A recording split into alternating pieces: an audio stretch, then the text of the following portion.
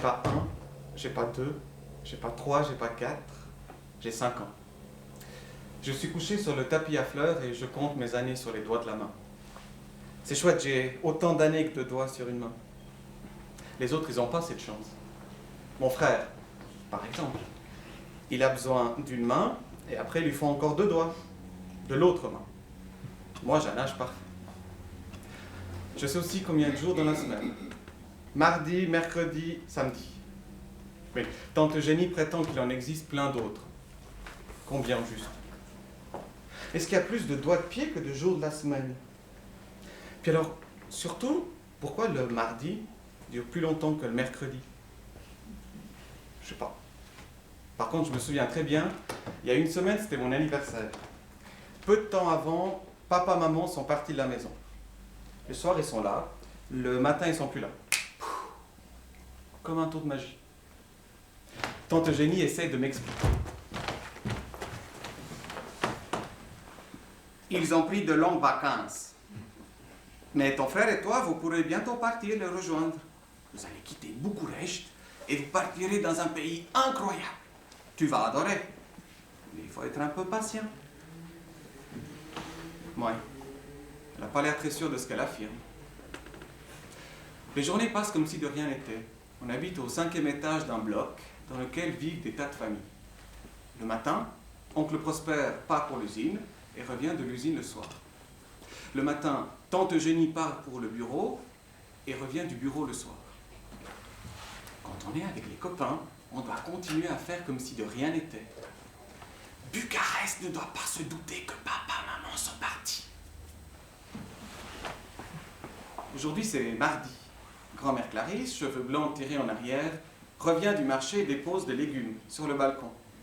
Avec Lex, on sort sur le balcon pour admirer 1 kilo de tomates. Elles sont belles, lisses. Je m'en colle une sur le museau. Mon frère crie. Arrête ça, sinon tu n'iras pas en Suisse. Ah bon? Et pourquoi? Bah parce que t'es un idiot. Puis papa, il n'a pas besoin d'un idiot. Depuis combien de temps?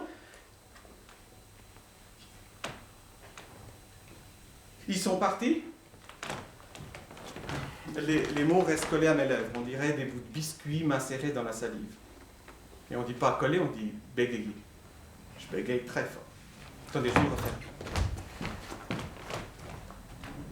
Depuis combien de temps ils sont partis? 2 semaines.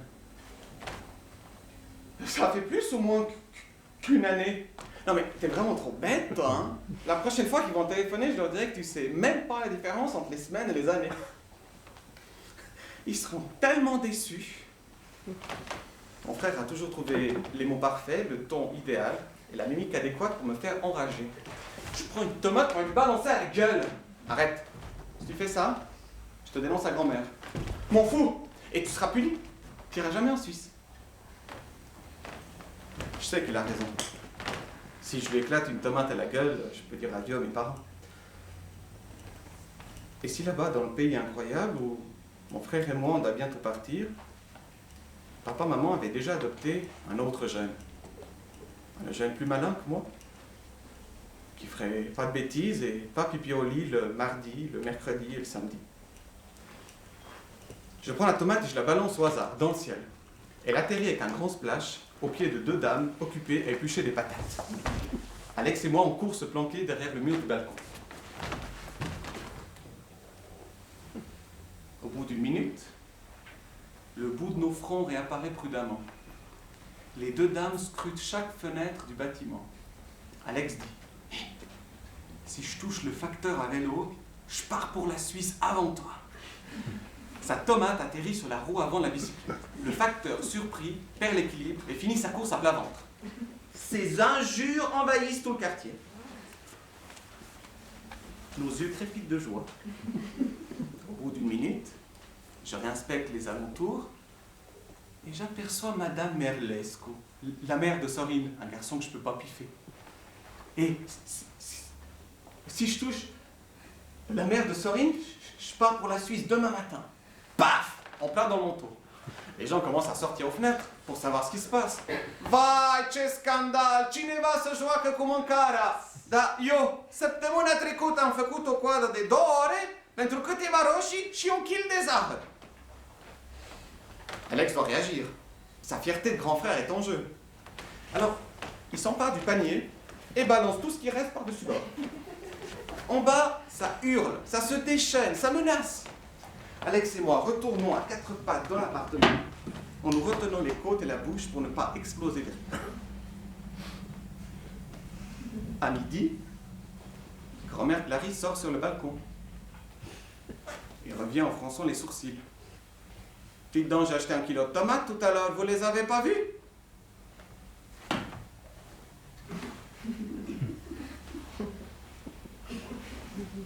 Ouais, je suis sûr que vous y êtes pour quelque chose. Ça y est, c'est foutu, hein? Papa, maman, les retrouvailles, le pays fantastique, la Suisse. Tout ça perdu pour 1 kilo de tomates? Quand soudain j'entends mon frère murmurer. On a eu faim, grand-mère, alors on a mangé les tomates. Grand-mère Clarisse fait une grimace horrible, comme si on avait planté un couteau dans le ventre. Mais pauvre petit, vous aviez si faim! Et on se blottit dans les bras de grand-mère. Et le soir même, on mange pour 12. Blanc de poulet, riz pilaf, colline de boulettes de viande, confiture dans une coupelle, limonade à volonté. Et comme si ça suffisait pas, riz au lait saupoudré de cannelle. Alors, jamais de ma vie, j'ai été aussi bien récompensé d'avoir menti.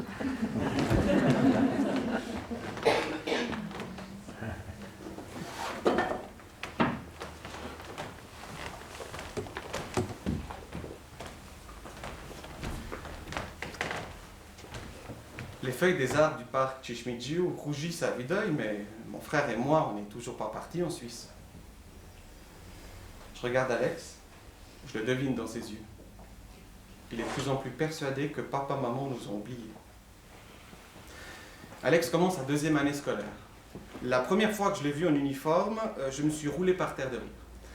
Mais au bout d'une semaine, la jalousie m'a bouffé le ventre. Moi aussi, j'ai voulu un petit uniforme, bleu marine. Moi aussi, je voulais un sac à dos en cuir. À force de crier dans les oreilles de tante Eugénie que je veux aller à l'école, j'ai fini par la faire craquer. Elle a accepté de m'inscrire dans une école de Bucarest. Presque au même moment, la famille décrochait pour mon frère et moi le fameux visa de sortie. M'en fous, je veux aller à l'école. Aujourd'hui, je connais un nouveau jour de la semaine, le lundi. Grand-mère Clarisse m'emmène à l'école en me tenant par la main. Là. Je suis si fier que mes sandales ne touchent pas terre. Et tout à coup, le portrait d'un monsieur entouré d'épis de blé, peint sur un panneau de bois, me saute aux yeux. Dis, grand-mère, c'est qui sur le panneau? C'est Ceausescu, voyons, le président de la Roumanie. Oh, Ceausescu. En inspectant autour de moi, je réalise que la ville est envahie d'images de Ceausescu. Un immense portrait est peint sur une toile qui recouvre la façade d'un immeuble. On voit Ceausescu penché vers un groupe d'enfants qui l'embrasse. On comprend qu'il est en train d'ouvrir une nouvelle école. Sur une autre affiche, Ceausescu est debout sur un tracteur en train de labourer la Roumanie. Sur une autre affiche, il est sur une estrade, heureux, il applaudit un groupe de danseuses, habillées à la mode des campagnes. Il fait plein de choses, Ceausescu. Il est gentil. Grand-mère Clarisse me regarde avec horreur, mais ne me répond rien. Ce jour-là, à l'école, on reçoit un abécédaire et un cahier à ligne bleue.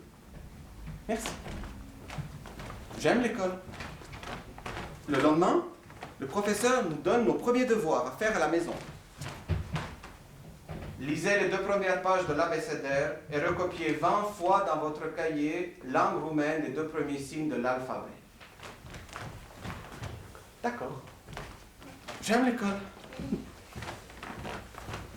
Je m'assieds à la table où travaille Alex pour réviser avec tante Eugénie.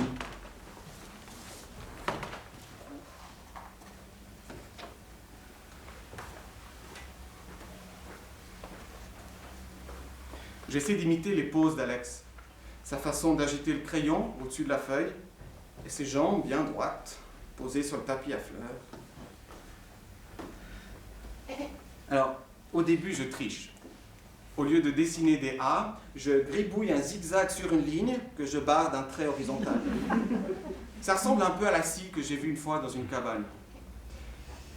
Tante Eugénie soupire et m'explique que dans la langue roumaine, on n'a jamais l'occasion d'utiliser un mot avec 20 A majuscules qui se suivent.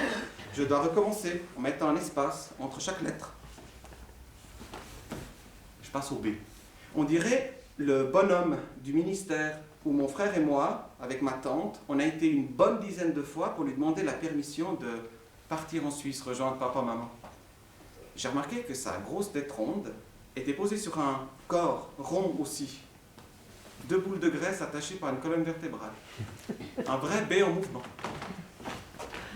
Mercredi, je vais à l'école d'un pas déterminé. Je connais les 2 premières pages de l'abécédaire. J'ai un soleil dans la poitrine. Le professeur va me prendre pour un génie. Il va me transférer dans une école pour génies particulièrement intelligents. Et Ceausescu va me donner une médaille.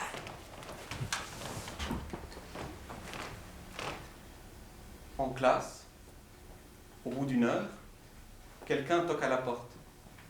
Le professeur se lève, va ouvrir. Une petite dame en jupe grise et chemise blanche s'avance devant nous.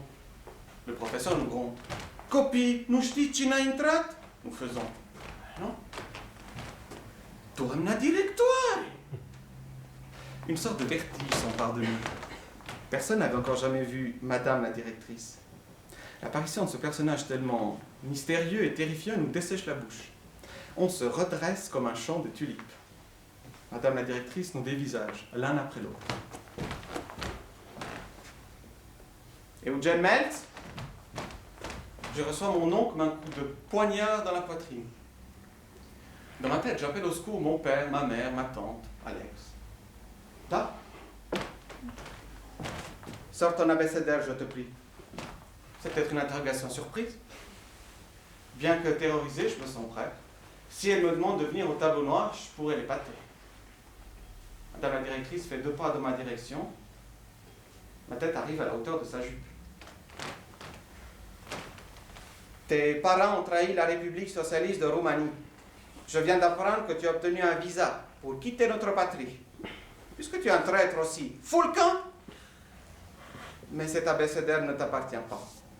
Il est la propriété de l'État roumain. Rends-le-moi et quitte mon école. J'ai rien compris. J'ai pas capté un mot de ce qu'elle a dit. Du-te în familia ta? Înțelegi română sau ești cretin?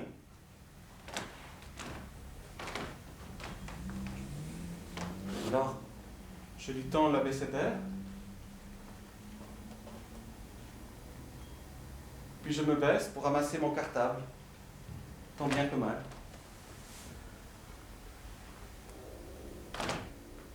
Mes pieds avancent comme dans la vase. Le professeur me regarde d'un air désolé, mais il n'ose pas faire de geste pour m'aider. Tout à coup, je suis dans le corridor. Tout à coup, me voilà dans la cour. Le temps et l'espace s'embrouillent à cause des larmes qui remplissent mes yeux. Et là, sans que je ne puisse rien faire pour l'en empêcher, un long cri jaillit du fond de moi.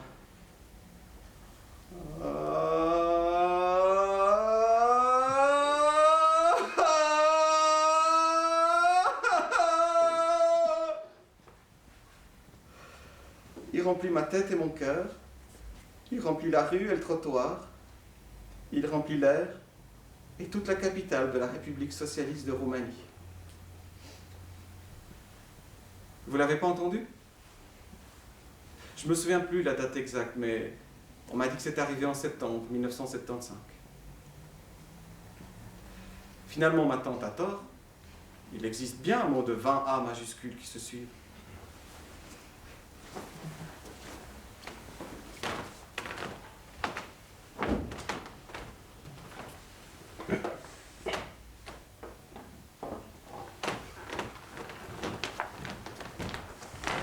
Alex et moi sommes en Suisse depuis 6 mois. On habite au 6e étage d'une grande tour à Lausanne. Devant nous, il y a un lac bleu. Après le lac, on voit les montagnes bleues, avec la neige blanche au sommet. Exactement comme sur les boîtes en chocolat, dans les vitrines des magasins. On habite devant un couvercle de boîtes en chocolat. Mais ma mère répète souvent « Nous sommes arrivés de l'autre côté du monde ». Elle dit toujours ça pendant qu'elle prépare les légumes. Alex rentre de l'école et déclare d'un air ravi. Aujourd'hui, avec la classe, on a été dans un endroit pas croyable. Ah bon? Où ça? Ben, pas très loin d'ici, il y a un parc avec des rochers, des tunnels. Les tunnels sont en pente, alors tu peux glisser dedans. C'est comme des toboggans, tu vois. Puis il y a des bosses colorées, puis des balançoires. C'est génial.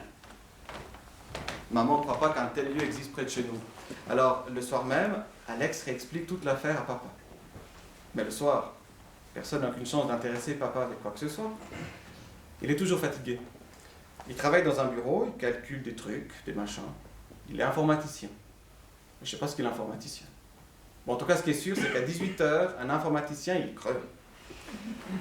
Papa écoute et finalement accepte de partir à la recherche de la vallée de la jeunesse le samedi suivant. On se met en route à 10h du matin. On remonte l'avenue de Montois, puis Alex nous indique de traverser pour continuer par une petite ruelle. Et là, tout à coup, une voiture noire nous coupe la route. Papa nous apprend qu'il s'agit de la voiture dans laquelle on transporte les morts vers leur dernière maison. C'est quoi la dernière maison des morts? Ce sont les tombes, comme celles que l'on voit depuis l'appartement. On habite en face du cimetière de Montois. Pourquoi les morts sont morts? Je ne sais pas. Des fois, on a un accident ou bien on tombe malade. Ça fait comment quand on est mort? Eh bien, quand on est mort, on n'est plus là pour se soucier de quoi que ce soit. Ah bon? Mais on est où? Au paradis. Ton corps reste ici, mais ton âme monte au ciel. Mais il fait quoi, mon corps, ici? Bon, oh, ça suffit. On est là pour trouver la vallée de la jeunesse, pour parler des morts. Et tout à coup, un rideau d'arbres s'ouvre devant nous, faisant place à un monde merveilleux. Des garçons à vélo grimpent sur des bosses colorées en jaune et rouge. Plus loin, des petits vénards jouent à cache-cache entre les pierres. Avec papa, on trouve un sentier, et rapidement, on se retrouve au sommet d'une colline de rochers. De là-haut, on réalise qu'on est vraiment dans une vallée. Des dizaines de rosiers, rouges fraises, jaunes abricots, blancs chantilly parsèment les nombreuses terrasses. Tout au fond de la vallée, on distingue un étang bleu. Et après l'étang, l'allée se transforme en rampe de béton qui s'enroule autour d'un bâtiment au toit en forme de coquillage.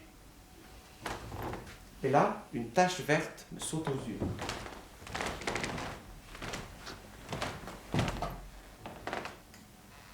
Je découvre un soldat, un fantastique soldat qui tient son fusil en joue et vise un ennemi invisible droit devant lui. Depuis combien de temps il m'attend sur la colline de pierre? 1 an? Un siècle? En tout cas, j'ai quitté Bucarest à temps. Je suis au rendez-vous avec le soldat de la vallée. Qu'est-ce que tu as trouvé là? Un soldat, il est à moi. Tu me le montres? Alors je le tends à papa, qui l'examine un moment.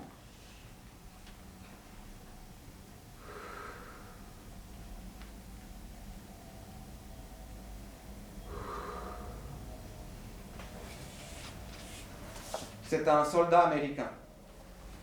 Les Américains faisaient partie des Alliés durant la Deuxième Guerre mondiale.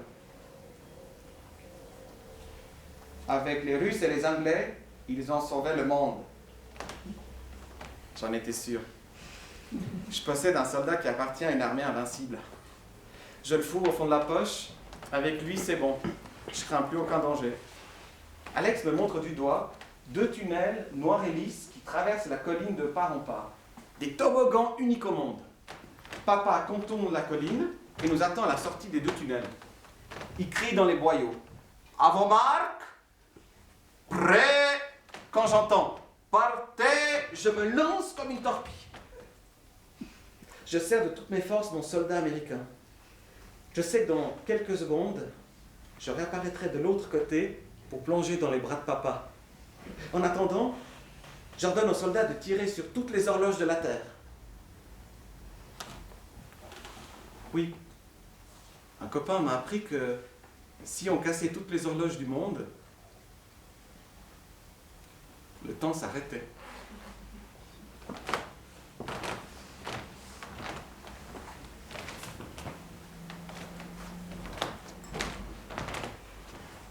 En Roumanie, les magasins étaient nuls. Une fois, je me souviens, on est entré dans un supermarché avec grand-mère Clarisse, cheveux blancs tirés en arrière, et la seule chose qu'on pouvait acheter, c'était des cornichons, dans des grands bocaux. Grand-mère en a attrapé un pour lire l'étiquette. Va! Ces conserves sont périmées depuis 4 ans. Attendez, j'entre dans un supermarché, je ne retrouve ni pain, ni sucre, ni légumes, ni limonade pour le petit. La seule chose que je peux acheter, c'est des cornichons poisonnés, merci. Le monsieur du magasin est apparu, puis a regardé grand-mère d'un œil mauvais. Doamnă, calmați-vă dacă nu, téléphonez la sécurité. Non, pas la sécurité, pardon, je me suis trompé. Merci, très bien votre magasin. Bonne journée. Sur le chemin du retour, grand-mère Clarisse est emportée et a balancé des injures. Tout est pizda, mă, ti porc impertinent, fonctionnaire împuțit. Mais comme je les hais tous. Qui est-ce que tu es, grand-mère? Les communistes? Première fois que j'entends ce mot. Ça a l'air vachement grave d'être communiste. À Lausanne, les magasins, ça n'a rien à voir. Il y a à boire, à manger, à jouer, à s'habiller. Avec maman, on entre à l'innovation et on monte dans les étages.